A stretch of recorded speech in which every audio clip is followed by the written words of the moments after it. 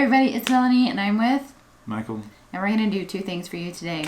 We are going to try sweet cinnamon Kit Kats. No, this is not a sponsored video. We were just so happy to find flavored Kit Kats in America that we picked them up and we're like, we have to try them. Are you excited? Yeah, usually we find imports at the expensive grocery store. Yeah. So it's got a picture of a cinnamon bun on it, so I'm hoping that it's supposed to be like cinnamon bun flavored. And the second part is we're going to bring you some creepy Christmas origins. So we'll get to that in a minute. Let's try the Kit Kats first. Okay. See if this will open. Scissors. Oh, it opens easily. There's a little elf man on it. He looks very surprised. Doesn't he? They're all the same green elf. Yeah, all the same expression. Green like cinnamon. Chocolate. Smells like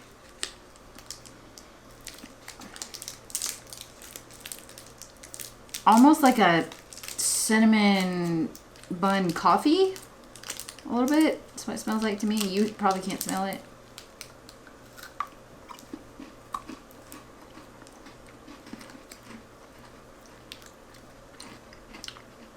It's not very chocolate. What are you talking about? All I taste is chocolate. I think we have a difference of opinion. It doesn't burn like cinnamon should. Cinnamon doesn't burn. Yeah, cinnamon's spicy. You ever chew like big red gum or something? You can have the rest of mine. Too much chocolate for me. I think the chocolate is too overpowering. It's a Kit Kat. It is not different from other Kit Kats. Right, and Kit Kats are chocolate. Don't give me that look. I know what I'm talking about.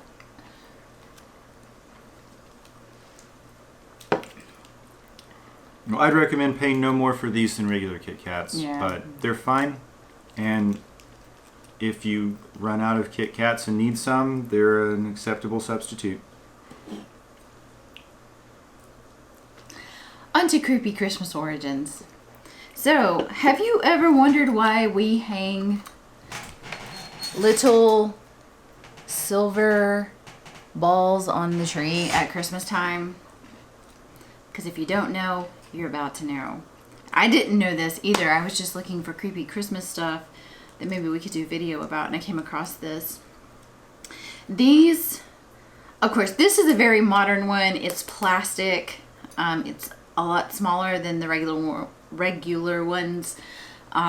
We have a small tree, so if we got the big ones, it would be like overwhelming on our tree. But these are or were known as witch balls. They became popular in the 18th and 19th centuries, and the original ones were of course glass, and they were hollow glass. So originally they were used to protect other glass objects as they were being shipped around the world. And then some people decided, oh, these are really pretty, let's start collecting them. So they started being collected as art in some cases. These would not be hung on the tree. They would actually be hung in the window. And you're probably wondering why they were called witch balls. There are two frames of mind about this. In areas where witches were evil and looked down upon, and you know, just basically people would, you know, put them on trial, witches or not, I mean, that's to be determined, but in those areas people believe that hanging one of these in your window would protect your home. If a witch was to walk by, she would see her reflection. And in the original blown glass ones, they would have kind of a webbing on the inside that was said to trap the witch. Was that intentional, or could they just not make a hollow ball? it was just a byproduct of them blowing the glass at the time, from what I understand. I could be wrong about that, but from what I read, that's the way I understood it. Now, it's also said that these original witch balls could also trap evil spirits or spells. So if a witch was to put a spell on your family and you had one hanging in your window, it would, again, within the webbing, within the hollowness, trap that spell, so your family would be protected. Now, the silver on this one is not too far off, because some people would get them and then they would silver them to make the reflection more obvious, right? So some people believe that a witch would be so enamored with her own reflection that she would get lost and trapped inside of the ball, because she would just stand there staring at her own reflection for such a long time. Some people even went so far as to fill them with holy water.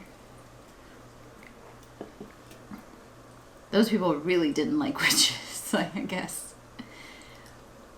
Now, on the other hand, where witchcraft and witches were not looked down upon, and they were seen kind of to be respected in the community and in the neighborhood, people would actually go to a witch and have a witch cast a spell upon the ball to protect the home from evil, from the evil eye, or from some people who might have ill intentions.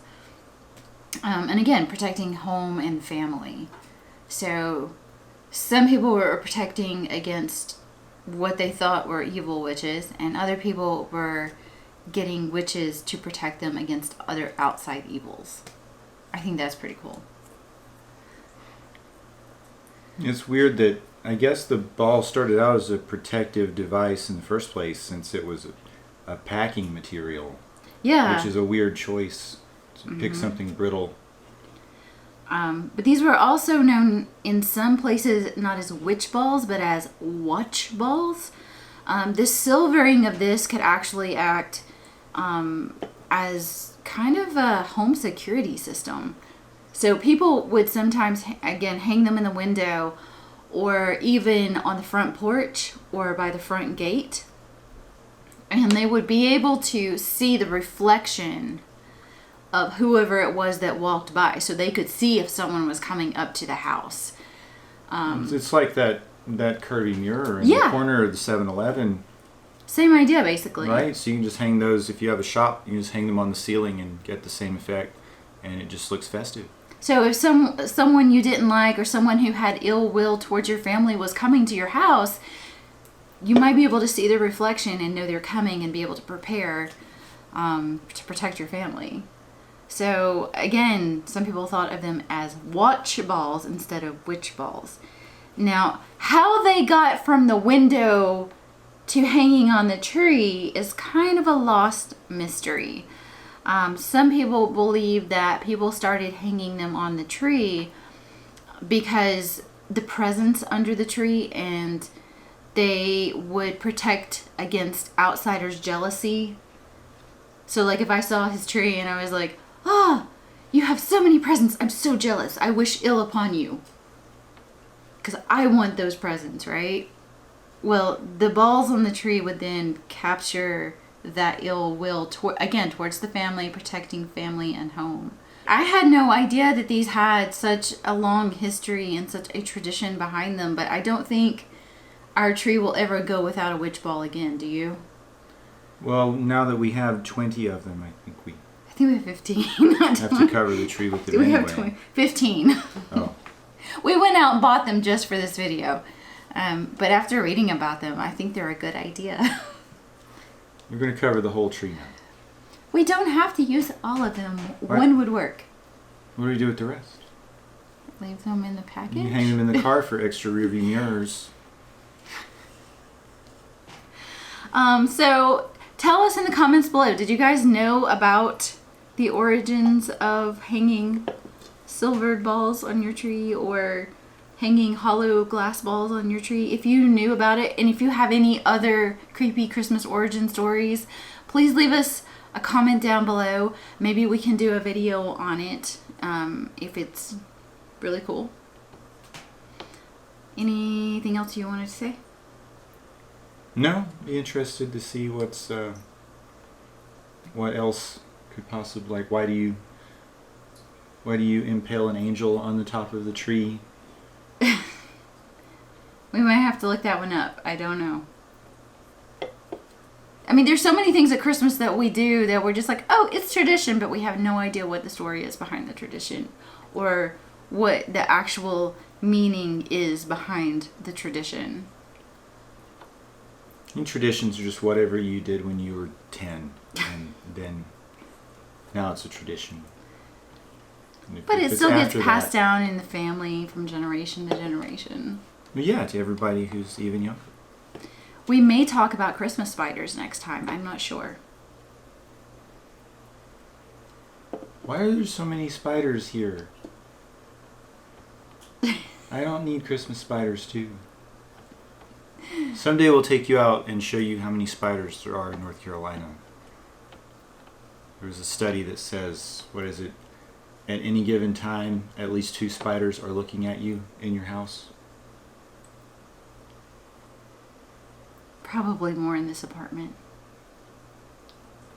Anyway, getting back to witch balls. I think that's it for this video, but we'll try to bring you another creepy origin next week. Keep up with the Christmas theme because it's that 'tis the season, right?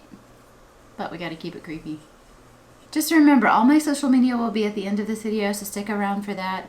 If you'd like to tell me a creepy Christmas story or would like me to tell your creepy Christmas story, write me an email that's in the description box below, and we will see you next time. Bye!